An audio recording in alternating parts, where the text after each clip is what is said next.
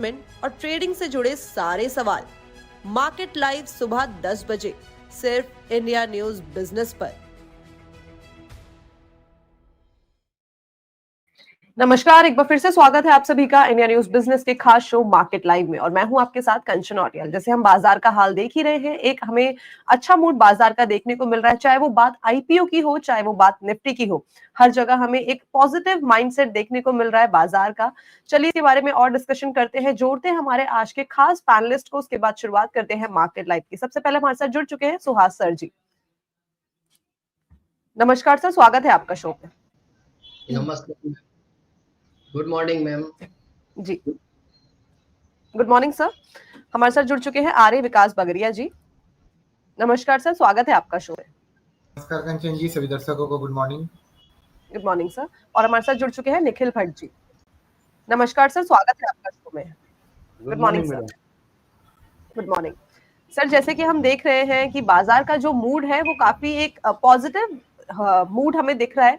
अगर हम निफ्टी की बात करें तो 20,000 के लेवल को निफ्टी ने ऑलरेडी क्रॉस कर लिया है और वापस से वो एक नए हाई की तरफ अप्रोच कर रहा है या नहीं कर रहा, वो एक बार हम आपसे जानकारी ले लेंगे। बट हाँ, अभी जो बाजार का माइंडसेट लग रहा है वो लग रहा है एक पॉजिटिव ट्रेंड हम देख रहे हैं। साथ ही साथ जो आईपीओ है, वहां आईपीओ के अंदर दिख रहा है कि बाजार में एक अच्छी दमदार लिस्टिंग आईपीओ दिखा रहे हैं, चाहे वो टाटा टेक की बात हो, चाहे वो गांधार की बात हो। एक बार उसके बारे में भी बात कर लेते हैं। लेकिन सुहास सर, सबसे पहले मैं आपसे निफ्टी और बैंक निफ्टी के ऊपर ओवरव्यू लेना चाहूंगी। क्या राय बनती है इस वक्त, क्या करना चाहिए सर?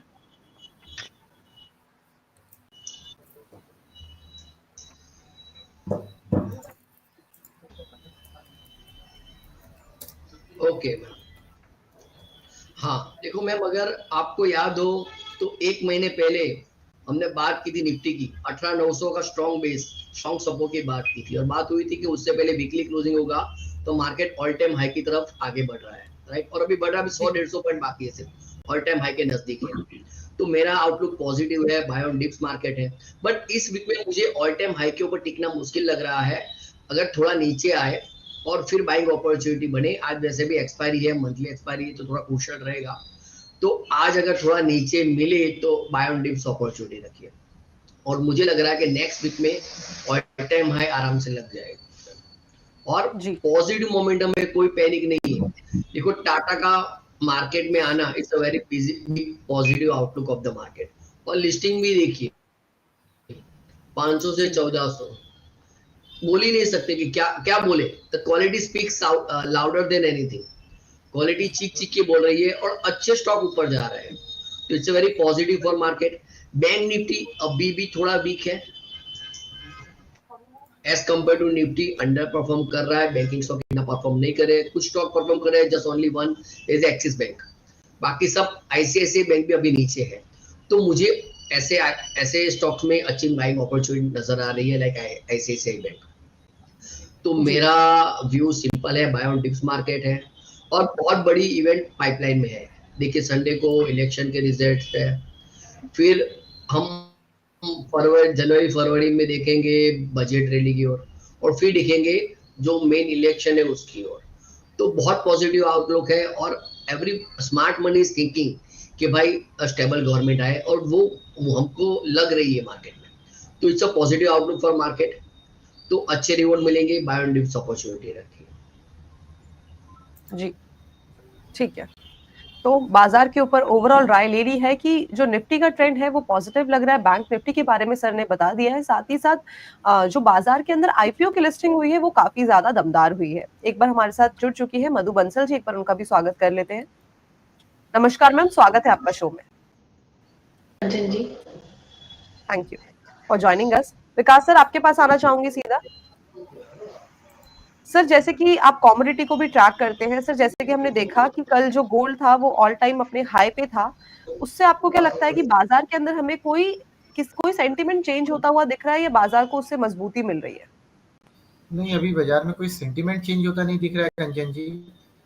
एक्चुअली देखा जाए तो कमोडिटी में हम लोग जब देख रहे थे कि गोल्ड ने $2020 का जो अपना इंपॉर्टेंट रेजिस्टेंस जोन है उसको पार किया है, एंड अब इंटरमीडिएट में $2080 और $2127 तक गोल्ड जाता नजर आ रहा है। क्योंकि देखिए जियोपॉलिटिकल टेंशंस तो है ही है, उसके अलावा इन्फ्लेशन से और सेंट्रल बैंक्स की बाइंग है, वो फ्यूल अप कर रही है। एंड इसके अलावा क्या हो रहा है कि जैसे फेड का जो स्टैंस आ गया कि अब उन लोग शायद रेट हाइक और नहीं करे, और हो सकता है probable there can be a rate cut in May, तो उसके चलते भी क्या है कि वो गोल्ड को फ्यूल अप कर रहा है। एंड ये सारी चीजें हैं ही है। उसके अलावा इंडस्ट्रियल ओपनिंग हो रही है तो सिल्वर में भी तेजी देखने मिल रहा है, बॉन्ड यील्ड कूल ऑफ हो रही है, डॉलर इंडेक्स कूल ऑफ हो रहा है, तो ये सारा चीज है कि हो रहा है।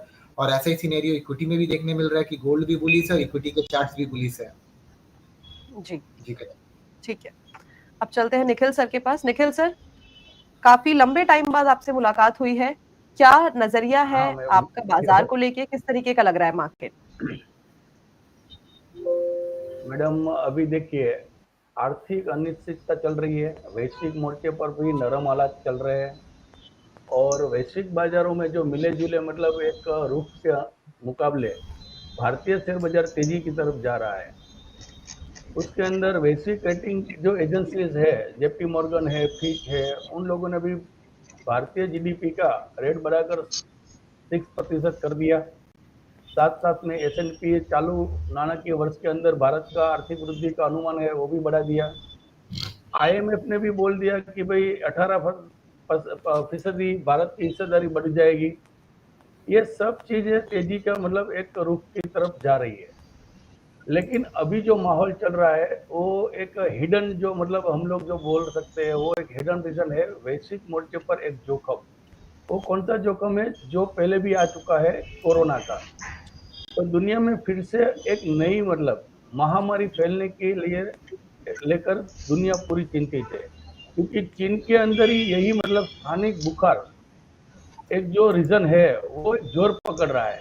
वो धीरे धीरे पूरे दुनिया में मतलब हम लोगों ने भी तैयारी तो शुरू कर ही दी है, इंडियन मार्केट ने। तो मतलब ये एक जो जोखिम है वो जोखिम को हम नजरअंदाज नहीं कर सकते। मार्केट में आने वाले दिनों में अगर मान लीजिए निफ्टी 2200 मतलब 20,200 के ऊपर चले तो ही मार्केट में नई तेजी का एक रुख देखने को मिलेगा। अदरवाइज मार्केट में एक मंदी का भी माहौल दिख सकता है। 19,808 का लेवल काफी झड़प से आ सकता है। रहा सवाल जो इलेक्शन का जो रिजल्ट है जो भी है, तो वो एक पॉलिटिकल अपने स्थानिक बेस पर है, लेकिन स्थानिक स्तर पर फॉरेन रिजर्व जो है वो 5.8 अरब डॉलर से बढ़कर 595.40 अरब डॉलर हो गया है। वो भी एक पॉजिटिव साइन है। बाजार में सिर्फ 5 IPO आए और 5 IPO में 2 करोड़ 60 लाख रुपीस का अधिक निवेश हुआ। मतलब इंडियन रुपीस के अंदर जो है मतलब इंडियन जो निवेशक है वो बहुत मतलब तेजी के लिए इंटरेस्टेड है। लेकिन यहाँ पर मुझे थोड़ा जोखिम दिख रहा है। 20,200 के ऊपर निफ्टी मूव करेगा तो ही अगली तेजी को नया रुख मिलेगा। जी ठीक है, तो बाजार के ऊपर ओवरऑल राय हमने निखिल सर से ले ली है। सर ने बहुत एक इम्पॉर्टेंट फैक्टर सामने रखा है कि जो निमोनिया का आउटब्रेक चाइना में देखा जा रहा है, नॉर्दर्न पार्ट के चाइना में देखा जा रहा है, जहाँ पे रेस्पिरेटरी इलनेस का लोगों को काफी तरीके से सामना करना पड़ा, जिसके चलते इंडिया ने भी काफी सारे एडवाइजरी लागू कर दिए हैं। मधुबन, मैं आपके पास आना चाहूंगी। मैम, आपको क्या लगता है कि ये जो कंडीशन है वापस से कोरोना टाइम की तरह जा सकती है, या इस टाइम पे हमें घबराने की जरूरत नहीं है, बाजार एक नई ऊंचाइयों को छू सकता है? कंचन जी, अगर मैं अपनी बात रखूं सामने तो जो भी माहौल है हम काफी हद तक इस तरीके की सिचुएशन से 3 साल तक लड़ चुके हैं, और इस बार हम कहीं ज्यादा प्रिपेयर्ड हैं as compare to Covid times. तो हो सकता है कि जरूर ये बीमारी अलग तरीके से सामने आए, इसकी वैक्सीनेशन अलग हों, बट इसकी प्रिपरेशन और इसका हमारी जो भी तैयारियां थी वो काफी रोबस्ट हैं as compare to what happened in 2020। वहीं पे अगर मैं बाजार की बात करूं तो जैसे कि सभी देख सकते हैं कि बाजार काफी ऊंचे स्तरों पर जा रहा है। जैसे मैं हमेशा ही अपने डेटा से इस चीज को वैलिडेट करती हूँ, तो अगर मैं अपने निफ्टी के और बैंक निफ्टी के डेटा को फिर से यहाँ पे आपके सामने रखूं तो पिछले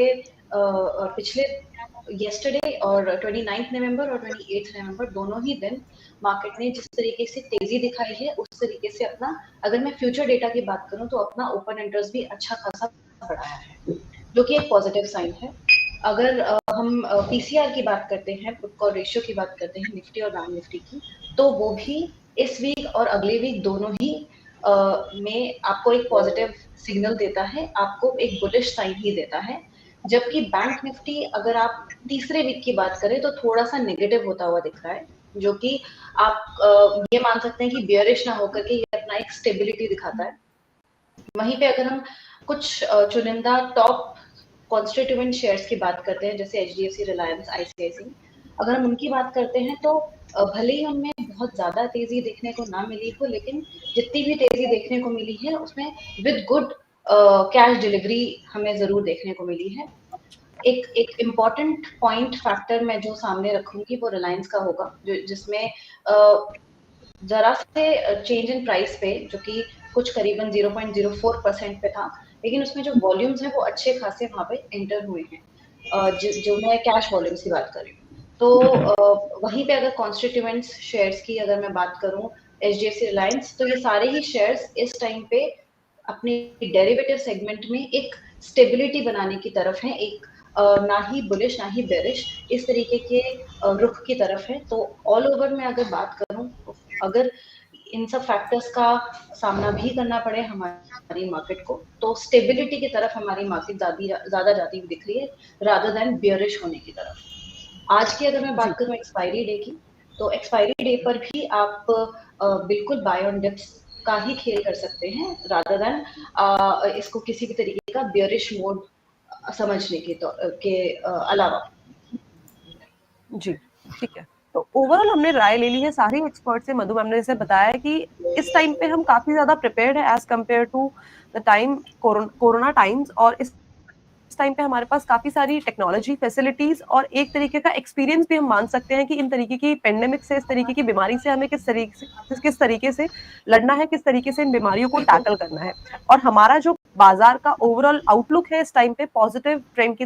बेटी आप शादी लायक हो गई है, ऐसे ही सोने के दाम बढ़ते रहे तो उसे ज्यादा कुछ दे नहीं पाओगे। रेगुलेटेड कमोडिटी एक्सचेंज या फिर नहीं, अभी तो थोड़ा वेट कर लेना चाहिए, क्योंकि देखिए ऑलमोस्ट आईपीओ प्राइस से बहुत ऊपर खुला है, 170% के ऊपर का लिस्टिंग देखने को मिला है, तो नो डाउटेडली फंडामेंटल अच्छी है। किंतु अभी देखिए एक न्यूज़ भी आ रहा है कि इनके जो टॉप 5 क्लाइंट्स में से एक क्लाइंट है जिनका कि बहुत बड़ा प्रॉब्लम भी हुआ है, तो डेफिनेटली थोड़ा सा एक रेड फ्लैग है। बट मेरे हिसाब से वैल्यूएशंस अगर 1900 के करीब मिलता है तो that will be a good valuation to enter Tata tech. थोड़ा वेट करना चाहिए, all of a sudden jump नहीं करना चाहिए। तो क्योंकि जिन लोगों ने भी लिस्टिंग पे लिया है तो थोड़ा सा लोग लिस्टिंग गेन पे बुक भी करेंगे। एंड अभी जैसे देखिए 1400 का हाई क्लॉक करने के बाद अभी 1300 के करीब टाटा का आईपीओ प्राइस आया हुआ है, तो 1100 के करीब आए, थोड़ा सा वहाँ पे लीजिए, थोड़ा सा 800-900 के लेवल पे लीजिए। जिनका व्यू लॉन्ग टर्म के लिए है उनके लिए सलाह रहेगी। तो बाय ऑन डिप्स की स्ट्रैटेजी हमें अपनानी चाहिए टाटा टेक्नोलॉजीज पर, राइट। निखिल सर, आपके पास आना चाहूंगी। सर एक बार गांधार के बारे में बताइए। गांधार 76% अपने प्रीमियम पे लिस्ट हुआ है, क्या करना चाहिए इस वक्त? मतलब मेरे पास अभी मतलब आईपीओ रिलेटेड कोई आइडिया नहीं है, अभी लिस्टिंग हुआ है तो मेरे पास वो आइडिया नहीं है, प्लीज। अच्छा जी, ठीक है, no issue sir. Suhas sir, आप ट्रैक कर रहे हैं गांधार ऑयल रिफाइनरी को?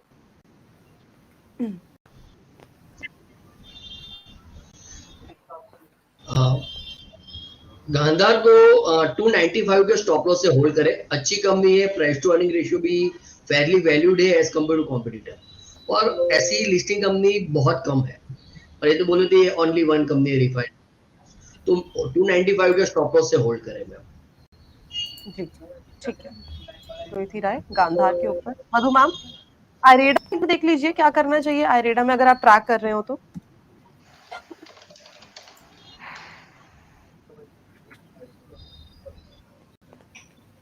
आयरेडा भी आप होल्ड कर सकते हैं। न्यू इन्वेस्टर्स को मैं अभी सलाह नहीं दूंगी इसमें एंटर करने के लिए। आप इसमें थोड़ा सा वेट कर सकते हैं, कुछ ये अपना एक स्टेबिलिटी बनाए, जब तक ये शेयर कंसोलिडेट करता है तब तक आप वेट कर सकते हैं। कुछ 55 से 60 रुपीज तक अगर ये आता है शेयर, तो आप डेफिनेटली इसमें इन्वेस्ट कर सकते हैं। जो न्यू इन्वेस्टर्स हैं, जो ऑलरेडी इन्वेस्ट कर चुके हैं इसमें, वो अपना प्रॉफिट बुक करें पार्टली, और थोड़ा सा प्रॉफिट जो है वो कुछ करीबन 70 के टारगेट के ऊपर आप बाकी का बुक कर सकते हैं। जी ठीक है, तो ये थी राय आयरेडा के ऊपर।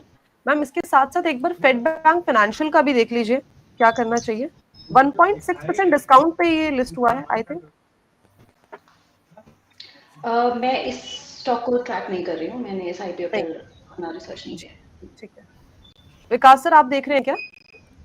नहीं कंचन जी, मैं भी इसको ट्रैक नहीं कर रहा हूँ। चलिए ठीक है, कोई इशू नहीं।